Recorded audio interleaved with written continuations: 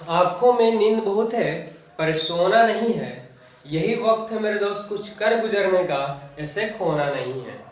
आप सभी का स्वागत है आपके अपने चैनल श्योर शॉर्ट मैथ में। मैं हूं राजकुमार और मैं आप लोग के लिए लेकर के आया हूं 10th क्लास का एनसीईआरटी मैथ जो बिहार बोर्ड 2026 में बच्चे देंगे उनके लिए लाजवाब कॉन्सेप्ट के साथ पूरा एनसीईआरटी आप लोग को मैथ पढ़ाएंगे एक साथ, जिसमें आपको भरपूर तैयारी करवाएंगे, एक नंबर भी नहीं कटने देंगे। मेरे पास है 10th क्लास का एनसीईआरटी बुक, इसी का आप लोग को हम सोल्यूशन देंगे। आज हम स्टार्ट कर रहे हैं फर्स्ट चैप्टर और फर्स्ट चैप्टर में हम बात करेंगे कुछ बेसिक चीज़ों का और आपको सिखाएंगे, क्योंकि ये चीज़ सीखे हुए हैं, बस इसका एक फॉर्मूला आ गया और उसी पे बैठाना रहता है। क्या है हमारे पास पहला चैप्टर अगर आप उठाएंगे 10th क्लास का तो सबसे आसान चैप्टर होता है वास्तविक संख्या।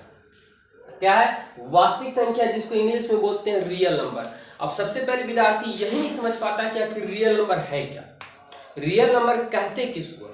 तो ध्यान समझेंगे कि परिमेय और अपरिमेय संख्या के सम्मिलित रूप को ही क्या कहा जाता है? वास्तविक संख्या। एक तो एक किताबी भाषा हो गया।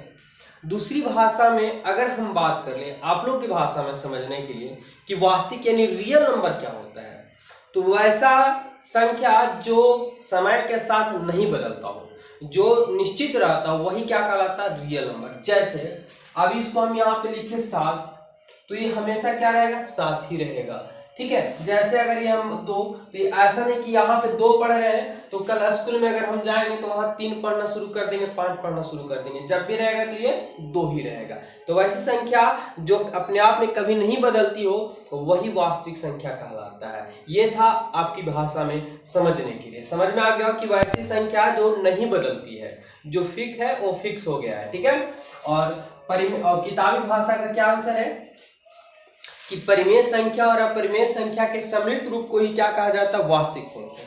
परिमेय संख्या जैसे अगर 5 परिमेय संख्या, √3 अपरिमेय संख्या, ये दोनों के सम्मिलित रूप को भी क्या कहा जाता है? वास्तविक संख्या। परिमेय, अपरिमेय, वास्तविक, अभाज्य, ये सब बटे हुए हैं, लेकिन इस पे हमें चर्चा नहीं करनी। जहां पे आएगा हम आपको पूरी तरीका से क्लियर करेंगे।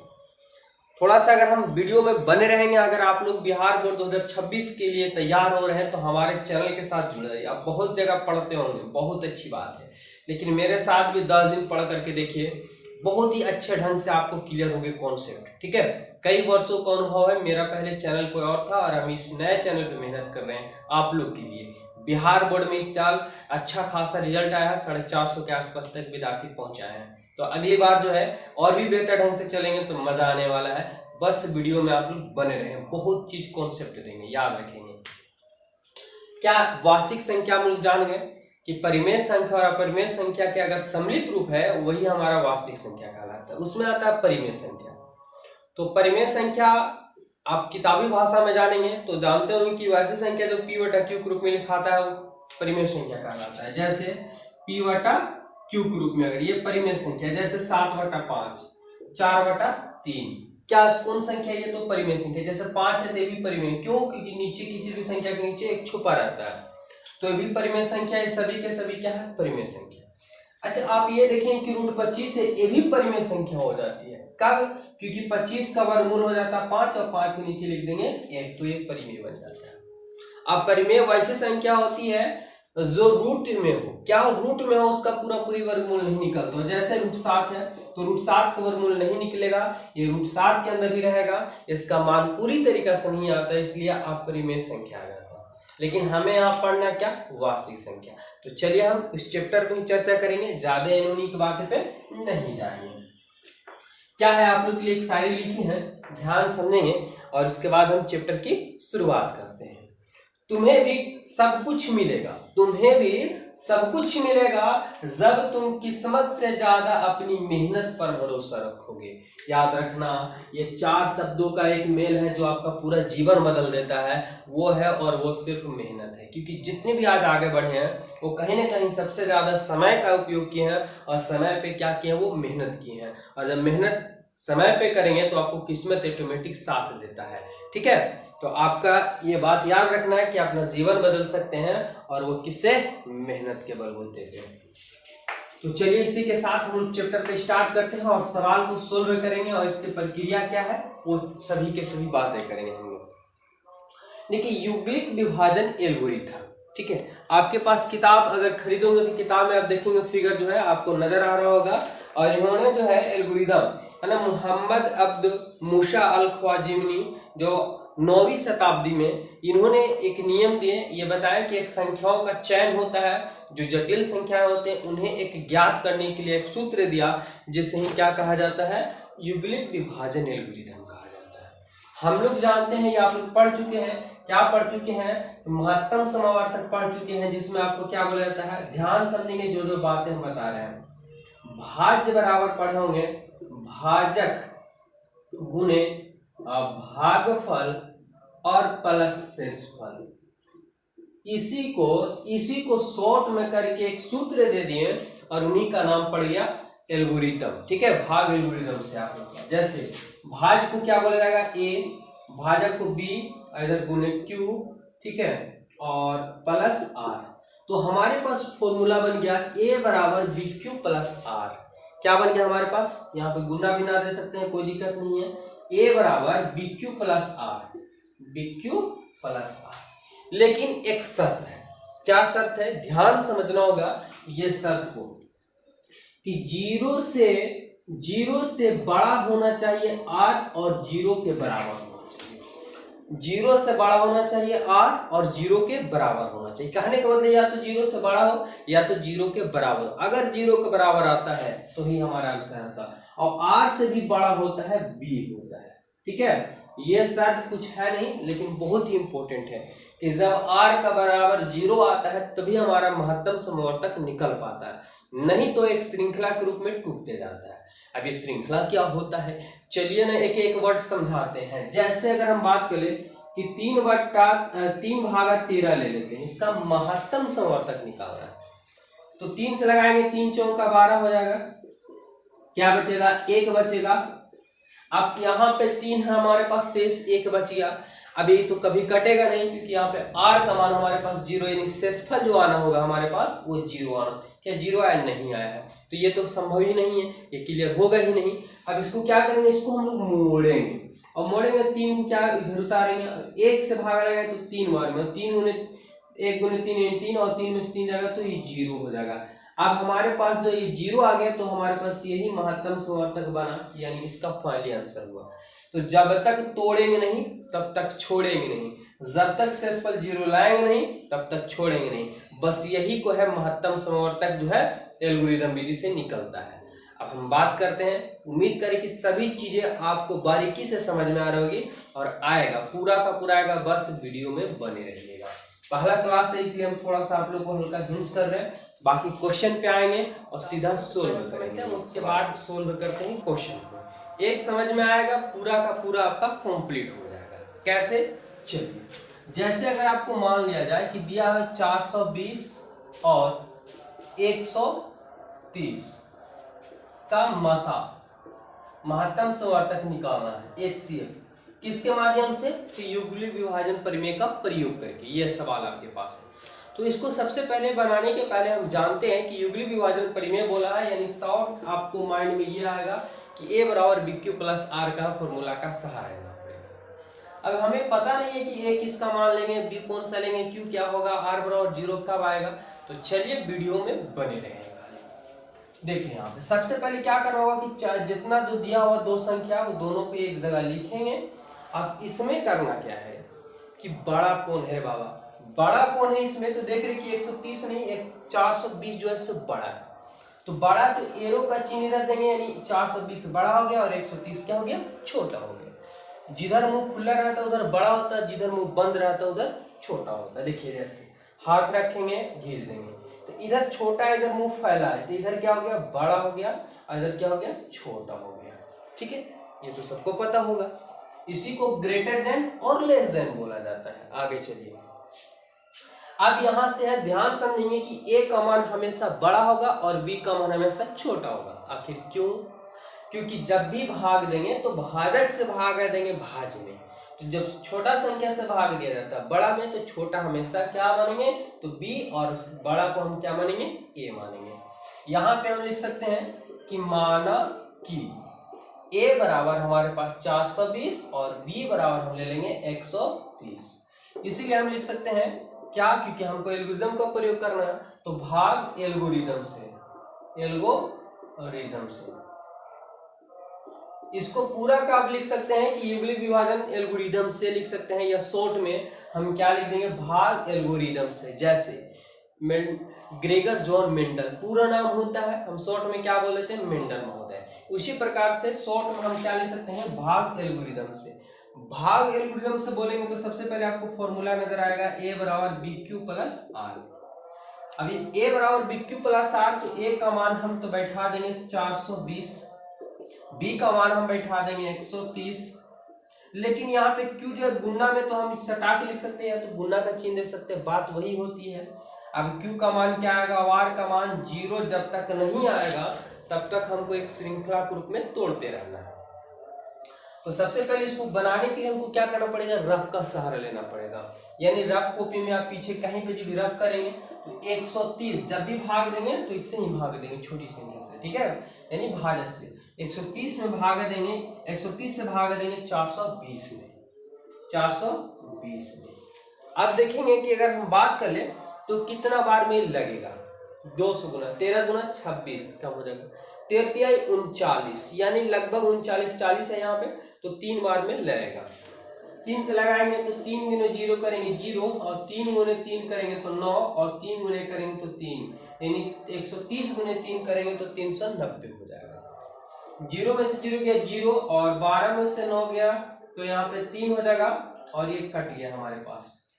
अब 130 और ये 30 है तो भाग तो लगेगा नहीं, लेकिन हमारे पास ये 0 आया नहीं है। जब तक 0 लाएंगे नहीं तब तक इसको हम तोड़ते रहेंगे।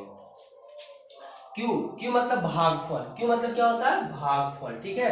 देखिए इसका सामने सामने हम लिख दिए हैं। अब यहाँ पे हमारे पास बोल रहा है कि भागफल, तो भागफल कितना आ गया, 3 आ गया, तो 3 कर दी। अच्छा, आर की जगह पे शेषफल हमारे पास क्या हुआ, 30, लेकिन शर्त में बता दिया गया है कि 0 के जब बराबर आर होगा तभी हमारे पास मसा होगा, है ना, तभी हमारे पास निकल पाएगा। लेकिन अभी हमारे पास 0 नहीं है, तो यहाँ पे लिख सकते हैं कि r बराबर 0 नॉट इक्वल, यानी 0 अभी आया नहीं है, तो अभी हम तोड़ते जाएंगे। जब 1 बराबर है तो यहाँ पे आप या का चिन्ह लगा सकते हैं। अब देखें क्या होगा कि अब इसके बाद विद्यार्थी कंफ्यूजन हो जाते हैं कि सर हम लिखे तो कैसे लिखे। घबराने की जरूरत नहीं है, जब मेरे साथ बने हुए हैं तो इसे क्या करेंगे, मोड़ेंगे, क्योंकि महत्तम संवर्तक आप लोग पढ़े ही होंगे। इसे मोड़ेंगे, इसे यहाँ लिखेंगे 130। कहने का मतलब जो जखनी तक हमारे पास ये भाज्य बना हुआ था, भाजक बना हुआ था, अब वो क्या बन जाएगा, भाज बन जाएगा। देखिए क्या हो जाएगा कि अब 30 से भागा देना होगा 130 में, मतलब ये संख्या को उठा के अब यहाँ पे लिखना होगा 130। अब ये संख्या जो था यहाँ पे, ये हमारे संख्या आ गया, कितना से भाग पड़ रहा, 30 से, तो इसके स्थान पे 30 आ गया, कोई दिक्कत नहीं होगा, क्योंकि हमारे पास ये क्या हो गया, भाजक आ गया। अब देखें तो फिर यहाँ से q का मान यहाँ पे होता है, तो यहाँ पे क्या आएगा, चलिए भागा लगाते हैं, तो कितना बार मिलेगा, 30 है, तो देखेंगे 4 बार में लग रहा होगा कि 4 के 12, ठीक है, तो 0 का 0 और 3 चौका 12, 120, 0 3 में से 2 गया 1, ये हमारे पास कट हो गया। अभी भी हमारे पास 0 आया नहीं है, जब तक 0 लाएंगे नहीं तब तक छोड़ेंगे नहीं। चलिए यहाँ पे कितना बार मिलेगा, तो हमारे पास 4 बार मिलेगा, शेष कितना बच गया, तो 10 बच गया। फिर से हमारे पास नॉट इक्वल 0, मतलब जब तक 0 आएगा नहीं तब तक तोड़ते जाएंगे। यहाँ पे या का चिन्ह लगाएंगे, कोई दिक्कत नहीं है। अब इसके बाद क्या है कि फिर से हमारे पास बदला बदली करना पड़ेगा, कैसे, क्योंकि ये 30 है और ये 10, तो भाग तो लगेगा नहीं। अब हम इसे जब तक 0 लाएंगे नहीं तब तक तोड़ेंगे नहीं, छोड़ेंगे नहीं, तो इसको फिर से मोड़ेंगे और इस संख्या को अब लिखेंगे यहाँ। तो कहने का मतलब कि जो भाज्य था वो भाजक बदल गया, जो भाजक था वो फिर भाज्य बन गया, तो यहाँ अभी क्या आ जाएगा, 30 में हमको भाग देना है, कितना से, 10 में, यानी ये संख्या उठा के यहाँ पे लिख देंगे, और ये संख्या जो 10 जो था यहाँ पे चलाएगा। आप वहां से भी समझ सकते हैं। अब यहाँ पे q का मान, तो कितना बार में, तो 10 से 30 लाना, तो 3 बार में गुना करेंगे, 10 के 30, ये हमारे पास कट पुट, यानी हमारे पास 0 बचेगा, ठीक है। क्या बचेगा यहाँ पे, तो 0 बचेगा। आप ऐसे भी लिख सकते हैं, चलिए कोई बात नहीं, 0 लिखिए, कट पुट लिखिए, ये रफ कर रहे हैं हम। तो यहाँ कितना बार में लगा, 3 बार में, शेष कितना बचा, तो 0, और r बराबर 0, भैया कंप्लीट हो गया, कंप्लीट हो गया ना। जब कंप्लीट हुआ तो ये हमारे पास आंसर आ जाता है। ठीक है। तो ये क्या हो जाएगा कि मासा, अतः HCF बोल सकते हैं या मासा बोल सकते हैं। कितना आएगा, तो ये फाइनली जो है 10 है, यही इसका आंसर हो गया। तो ये सवाल जो आप लोग युगलिक विभाजन का प्रयोग देखें, तो ये एक श्रृंखला वाली संख्या को देखिए, एक श्रृंखला वाली संख्या को, जटिल संख्या को ज्ञात करने के लिए युगलिक विभाजन का प्रयोग किया जाता है, जो 9वीं शताब्दी में दिया गया था। ठीक है, तो ये उम्मीद करते हैं कि जो एक एग्जाम्पल से हम क्वेश्चन लिए हैं समझ में आ गया होगा। अब चलते हैं फाइनली क्वेश्चन की ओर। पहला क्वेश्चन देखेंगे, बहुत ही मजेदार तरीका से कंप्लीट होने वाला है। बस वीडियो में आप लोग बने रहे और चैनल में पहले बार जुड़े हैं, चैनल को सब्सक्राइब कीजिए और अपने दोस्तों यार भाई बहनों के पास शेयर कीजिए वीडियो और हमारे साथ जुड़िए, क्योंकि आप बड़े चैनलों को तो बड़ी सपोर्ट करते हैं, एक छोटे चैनलों को भी आप सपोर्ट करें, क्योंकि आपके लिए मेहनत कर रहे हैं और बहुत ही अच्छे ढंग से मेहनत करेंगे, क्योंकि आपको पूरा का पूरा सीधा माइंड में जाएगा। बने रहेंगे वीडियो में। जिंदगी एक खेल है और ये आप पे निर्भर करता है कि आप क्या बनना चाहते हैं, खिलाड़ी या खिलौना। चलिए फ्रेंड्स, बने रहेंगे। अब आप लोगों को क्वेश्चन एक नजर आ रहा होगा, एक्सरसाइज 1.1 का पहला क्वेश्चन है। क्या दिया हुआ है कि निम्नलिखित संख्याओं का HCF ज्ञात करिए, यानी मसा महत्तम समावर्तक ज्ञात किए, युगलिक विभाजन एल्गोरिथम का प्रयोग कीजिए। यानी आपको बनाना तो है, लेकिन युगलिक विभाजन परिमेय का प्रयोग करके बनाना है। इसको हम शॉर्ट में भी बताएंगे, और लेकिन हमें बिहार बोर्ड के लिए तैयारी कर रहे हैं, तो हमें आपको फॉर्मूला के आधार पे ही मेट्रिक ढंग से बनाएंगे, क्योंकि बोर्ड एग्जाम में आपको नंबर नहीं कटवाने हैं। ठीक है, फुल में फुल मार्क आएगा। चलिए, क्वेश्चन है आपको नजर आ रहा होगा, देखें क्या दिया हुआ। पहला क्वेश्चन है कि 135 और 225 दिया हुआ है, यही है ना, बिल्कुल यही है। अब चलिए इसको हम सोल्व करते हैं। तो सबसे पहले यहाँ पहले क्वेश्चन की ओर अगर हम बढ़ते हैं, तो सबसे पहले क्या करेंगे कि देखिए दोनों को संख्या को लिखेंगे, 135 और 225। इसमें बड़ा कौन सा है? सर बड़ा तो 225 है, बिल्कुल हम 225 की ओर ग्रेटर देन कर देते हैं। कंप्लीट है यहाँ से। अब क्या करेंगे, अब करेंगे कि यहाँ पे लिखेंगे कि माना कि a बराबर जो लेंगे, तो a हमेशा बड़ा संख्या लेंगे और b हमेशा छोटा संख्या लेंगे। तो a बराबर हमारे पास 225 हो जाएगा और b बराबर जो हमारे पास होगा वो 135 होगा। तो अब हम चलने की बारी है, तो चलेंगे कहाँ से, क्योंकि क्वेश्चन बोल दिया है कि एल्गोरिथम का प्रयोग करना है। तो लिखेंगे, क्योंकि भाग जो है भाग एल्गोरिथम, ठीक है, भाग एल्गोरिथम से। तो भाग एल्गोरिथम से फॉर्मूला क्या होता है, बोले कि a बराबर BQ और प्लस क्या होता है, R होता है। एक स्थान पे हम बैठा देंगे क्या, 225 हो गया, और b के स्थान पे हम बैठाएंगे 135 हो गया। सटा हुआ नहीं गुना में, लेकिन q का मान हमें पता नहीं है। चलिए हम सोल्व करते हैं, रफ की ओर आगे बढ़ते हैं। हम यहीं पे ले लेते हैं, आप लोग साइड में कर लीजिएगा। चलिए 135 और ये है 225। अगर हम दो बार में लगाते हैं तो ज्यादा हो जाएगा, 270 के आसपास आ जाएगा, लेकिन हमें चाहिए 225 ही दिया हुआ, तो एक बार में लगेगा। 1 3 5, 5 में से 5 या 0 और बचेगा 2 में से 3, तो जा नहीं पाएगा, हाथ से लेगा 12 में से 3 जगह, तो 9, 1 में से गया कट। जब तक 0 नहीं आएगा शेषफल, तब तक हमको तोड़ते रहना है। कितना बार में लगा, तो एक बार में लगा।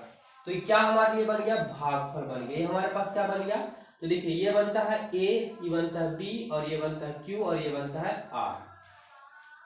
तो हमें a और b तो दर्शा चुके हैं, लेकिन हमें q के स्थान पे कितना रखना होगा, तो 1 रखना होगा। r के स्थान पे, तो r के स्थान पे हमें 90 रखना होगा। यहाँ पे ऐसे कर सकते हैं कि r में और नॉट इक्वल 0, यानी अभी 0 नहीं आया है, अभी हमें और आगे बढ़ना होगा। ये श्रृंखला चलता जाएगा जब तक 0 नहीं आएगा। जब सवाल में एक जगह ऑलरेडी बराबर हो, तो आगे में बराबर नहीं दे सकते हैं, इसके लिए या का चिन्ह लगा सकते हैं, यानी 0 लेकर के इसको मोड़ देंगे, इसका मतलब मैथ में या होता है। ठीक है, अब चलेंगे। अब देखें कि इसके बाद करेंगे क्या। तो सिंपल सी बात है, आप कंफ्यूजन हो रहा है कि किसको कहाँ पे बैठाएंगे। बात सिंपल है, इससे अगर आप मोड़ेंगे, ठीक है, तो भाज तो भाजक बन जाता है, भाजक जो होता है भाग बन जाता है। देखिए यहाँ से इसको मोड़ दिए तो 135 बन जाएगा इधर। तो कहने का मतलब कि अब हमको भागा देना है 90 से कितना में, 135 में। तो ए का मान हमेशा बड़ा होना चाहिए और बी का मान हमेशा छोटा होना चाहिए। यानी ए के स्थान पे हमारे पास बड़ा मान, तो बड़ा मान कितना आ गया 135, यानी ये वाला उठा के यहाँ पे लिख दीजिए। और बी का मान हमेशा छोटा, बी का मान यहाँ पे कितना आ गया 90 आ गया। अब हमें क्यू का मान पता नहीं है, हमारे पास भागफल पता नहीं है, भागा लगाएंगे तो कितना, अगर 2 से गुना करते हैं 9 दूना 18 180, लेकिन लगेगा नहीं, तो एक बार में लगेगा 90। 5 में से 0 जाएगा तो 5 और 13 में से 9 जाएगा तो 4 हो जाएगा। अभी भी हमारे पास 0 नहीं आया है, कितना बार मिलेगा, एक बार में। तो क्यू की जगह पे 1 और आर के स्थान पे हमारे पास बच गया शेष 45। यहाँ पे फिर लिखेंगे आर बराबर नॉट इक्वल 0, आर बराबर नॉट इक्वल 0। चलिए अब फिर से देखेंगे, तो फिर से इसको 45 को मोड़ेंगे और 90 यहाँ लिखेंगे। कितना बार मिलेगा, तो 2 बार में 45 गुना 90, और ये हमारे पास कट कुटी, यानी ये जो पूरा का पूरा है 0 में 0 गया 0, 9 में से 9 गया 0, कितना आ गया 0, और 0 आ गया तो आपका मसा निकल गया भैया। क्या जो भाग दे रहे थे, अब यहाँ पे हमारे पास कितना आ जाएगा 90, क्योंकि ए का मान बड़ा बी का मान छोटा, ठीक है। तो देखिए 90 आ गया और कितने से भाग दे रहे हैं, तो 45 से, यानी ये संख्या यहाँ पे आ जाता है और ये संख्या यहाँ पे आ जाता है 45। अब देखेंगे आगे, तो कितना बार मिलेगा, 2 बार मिलेगा, 2 लिख दी। आर का मान हमारे पास क्या बन गया, तो आर का मान हमारे पास 0 हो गया। अब यहाँ पे कि आर बराबर 0, आर बराबर 0 हो गया तो हमारे पास मसा कंप्लीट हो जाता है, मसा ये संख्या बन जाता है, बी का जो मान होता है। अतः अभिष्ट, अभिष्ट लिख सकते हैं या डेट लिख सकते हैं, अतः HCF जिसको क्या बोलते हैं, मसा बोलते हैं, HCF बराबर जो होता है वो कितना हो गया हमारे पास 45, और ये फाइनली आपका आंसर होगा। जब बोर्ड एग्जाम में बनाएंगे तो आप लास्ट में इसको क्या कर सकते हैं, इसको आप ब्रैकेट दे सकते हैं, मतलब इस टाइप से घेर लगा देंगे तो ये थोड़ा सा हाईलाइटेड नजर आ जाएगा, और एग्जामिनर की सीधा नंबर जो है, ध्यान जो है कहा जाएगा, आंसर शीट पे जाएगा, इतना पहले आंसर आएगा, फुल में फुल मार्क्स मिलेगा। यहाँ पे अगर प्रश्नोत्तर संख्या जितना भी दिया है वो लिख सकते हैं, तो हमें तो यहाँ किताब सोल्व कर रहे हैं तो इसी हिसाब से आपको क्लियर हुआ। तो इस प्रकार से बनाएंगे, नंबर भी नहीं कटेंगे, फुल में फुल मार्क आएंगे, और उम्मीद करते हैं कि भाग एल्गोरिथम से अच्छे ढंग से आपका कंप्लीट हो गया होगा।